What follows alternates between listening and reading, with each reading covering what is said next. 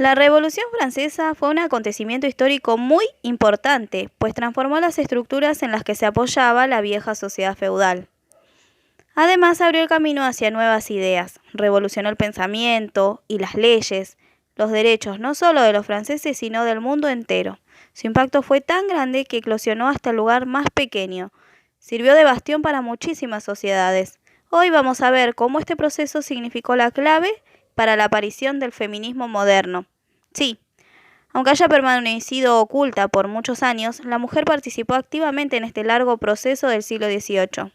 Vamos a hablar de ellas, desde aquellas incansables trabajadoras, víctimas de una sociedad desigual, no solo desde su postura como obrera explotada, sino también de su sexo, aquellas que aún en cuna de oro sufrieron las desventuras de haber nacido mujer en una sociedad tan misógina como la Francia del siglo XVIII, como fue el caso de la muy conocida María Antonieta, y por supuesto de aquellas que lucharon al frente por un cambio político y social.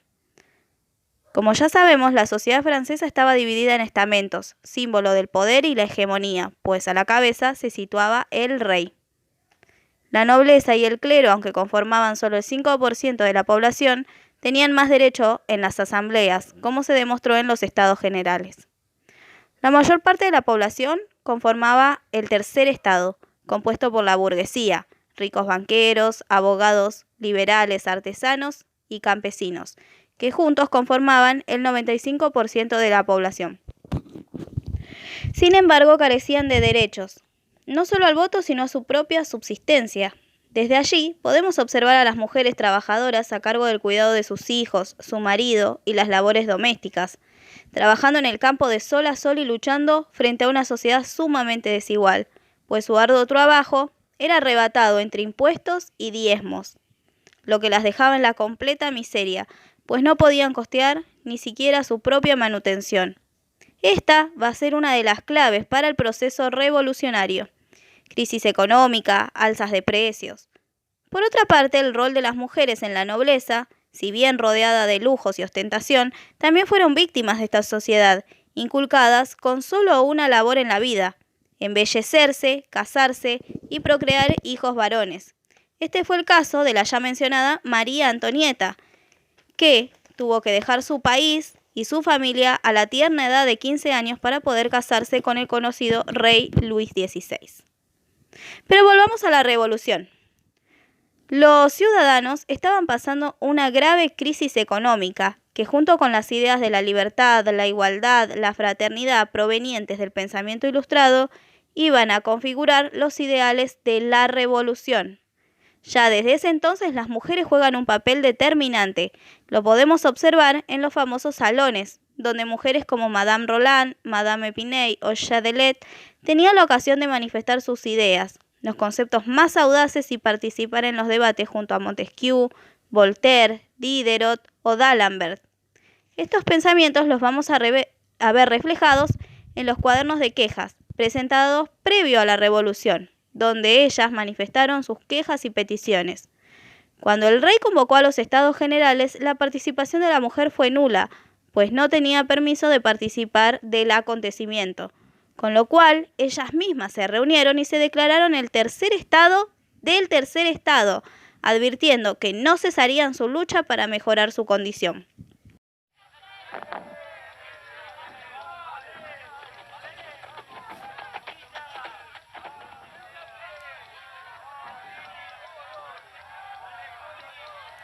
El 14 de julio de 1789 se produce la toma de la Bastilla, símbolo del absolutismo y cólera popular contra la opresión. El estereotipo que nos llega de la mujer es negativamente retratado, resaltando su masculinidad, suciedad y fealdad, desprestigiando todo su poder político en la lucha. Por otra parte, Baudelaire escribe: ¿habéis visto a Théroigne de Méricourt, la que ama la masacre, convocando al ataque a su pueblo, descalza, la mejilla y los ojos encendidos, representando su papel y ascendiendo con el sable la escalinata real? Luego de esto, la Asamblea Nacional, luego de los estados generales, cuando se unen los personajes del tercer estado, se transforma en asamblea constituyente, donde se conforma una constitución y se eliminan los derechos feudales, se confiscan los bienes de la Iglesia, se proclama la libertad de prensa y se declaran los derechos del hombre y el ciudadano, que alzando la voz pregonan por la igualdad, una que deja eximida a las mujeres. Posteriormente, y sin duda la acción más conocida, fue protagonizada colectivamente por las mujeres de París, conocida como la Marcha hacia Versalles. En este conflicto, los historiadores han considerado a las mujeres como protagonistas de los motines de subsistencia ligados a la carestía de productos agrícolas y a los precios del pan, pero en ningún momento como revolucionarias, negándoles toda dimensión política y reduciendo su lucha al ámbito doméstico. Sin embargo, con esto consiguieron resultados económicos y políticos como la confiscación del precio del trigo y la carne y el traslado de la familia real a París para mantenerlos bajo control. El 14 de septiembre de 1791, el rey acepta la Constitución. Al día siguiente, y aquí entra en juego un personaje muy importante llamado Olympe de Gouges. Esta intelectual ilustrada revolucionaria es considerada una de las precursoras del feminismo. Difundió la igualdad entre el hombre y la mujer en todos los aspectos de la vida pública y privada. Abogó por el derecho de la mujer al voto, al trabajo y a la educación. En contraposición a la Declaración de los Derechos del Hombre y el Ciudadano, escribe en 1791 la Declaración de los Derechos de la Mujer y la Ciudadana, donde reclamaba la igualdad jurídica y legal de las mujeres en relación con los hombres. Adversaria de Robespierre, aún en la cárcel, siguió denunciando su ambición loca y sanguinaria y criticaba duramente su dictadura. Acusada de intrigas, pagó con su vida su osadía. En 1791, el rey intenta huir del Palacio de París, pero es detenido en Varennes y devuelto al Palacio de las Tullerías. Nuevamente, Théophile de Méricourt dirige el 10 de octubre la marcha hacia el Palacio de las Tullerías y dice: «Ciudadanas, no olvidemos que debemos entregar nuestra vida a la patria. Armémonos, demostremos a los hombres que no somos inferiores a ellos en valentía y bravura. Demostremos a toda Europa que las mujeres francesas conocen y están a la altura de las ideas de su siglo». Por ese entonces, el señor Guillotín ya estaba afilando sus cuchillas para lo que vendría, mientras el Estado le declaraba la guerra a Austria previendo un ataque. Prusia se les une. En 1792 se produce una convención y un nuevo llamado Estados Generales donde, con Robespierre a la cabeza, se proclama la República. Se destacan dos grupos ya conocidos: los girondinos moderados del ala derecha y los jacobinos radicales del ala izquierda. Durante este periodo afloran los clubes femeninos. Ante el peligro de la guerra exterior, las mujeres exigían las armas. Pauline Léon y Claire Lacombe crearon en 1793 el Club de las Republicanas Revolucionarias y harán peticiones semejantes que les serán denegadas. Como reacción a estas peticiones, los revolucionarios ensalzaron ahora la figura de la mujer como guardiana de la nación y defensora de la libertad, pero dentro de la familia. ¡Oh mujer! La libertad atacada por los tiranos necesita un pueblo de héroes. A vosotras les corresponde parirlos, reduciendo nuevamente el rol de la mujer, símbolo del orden y la moral.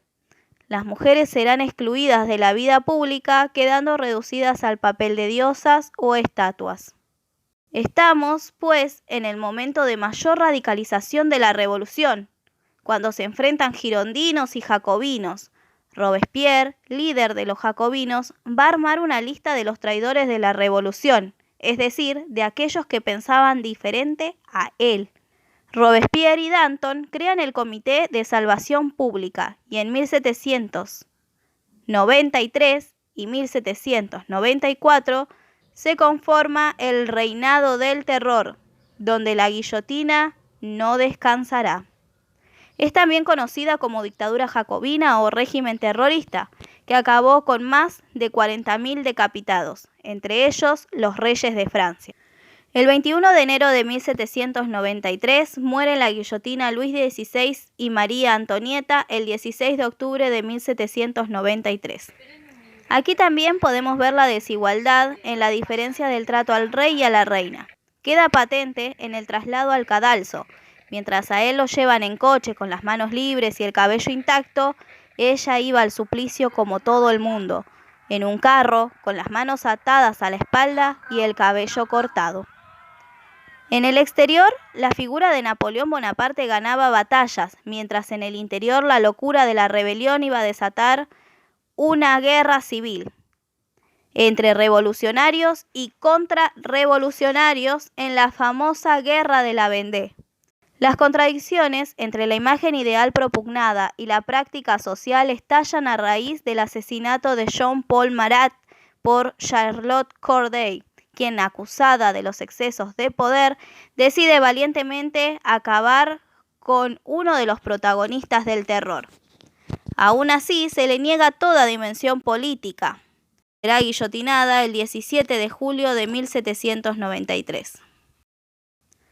Más tarde, Danton, compañero de Robespierre, cree que es hora de acabar con el terror. Robespierre lo manda a decapitar, porque según él la situación requería aún más terror.